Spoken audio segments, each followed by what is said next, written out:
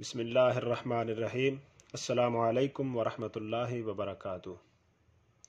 معلومات اسلام چینل کے پروگرام القرآن میں میں ہوں ارسلان محمود۔ آغاز کرتے ہیں آج کے سبق کا۔ اس سے پہلے ایک بات کرتا چلوں کہ اس سبق کی ایک ویڈیو ہم پہلے بھی بنا چکے ہیں، لیکن کچھ دوستوں کے بار بار اصرار کرنے پر کہ اس سبق کو آسان انداز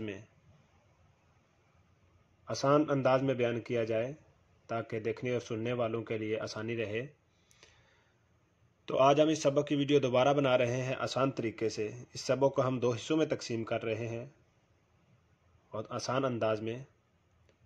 تو آغاز کرتے ہیں آج کے سبق کا۔ بسم اللہ الرحمن الرحیم۔ الف، یاد رکھیں کہ الف کو پڑھتے وقت الف لام کو لمبا کر کے پڑھنا یہ ٹھیک نہیں ہے۔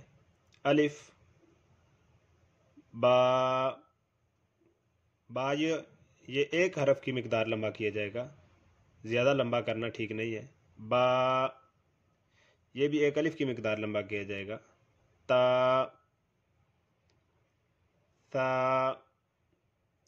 اور تا پڑھتے وقت اس بات کا دھیان رکھیں کہ سیٹی کی آواز نہیں آنی چاہیے، سا نہیں پڑھیں گے۔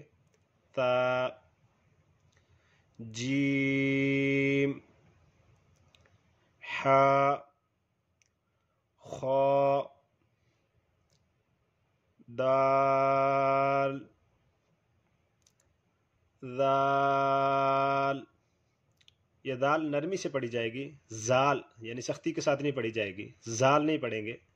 ذال، را، زا، یہ سختی کے ساتھ پڑھیں گے۔ زا اور ذال میں فرق ہے، ذال نرمی کے ساتھ اور زا سختی کے ساتھ۔ زا، سین، اور سین پڑھتے وقت سیٹی کی آواز آنی چاہیے، سین میں سیٹی کی آواز آئے گی اور ثا میں سیٹی کی آواز نہیں آئے گی۔ سین، شین، صاد،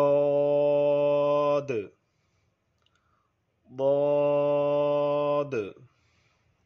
صاد اور ضاد کو پڑھتے وقت اس بات کا دھیان رکھیں کہ سواد اور دواد یعنی واو کی آواز نہیں آنی چاہیے۔ صاد، ضاد۔ تو آج ہم اتنا ہی پڑھیں گے۔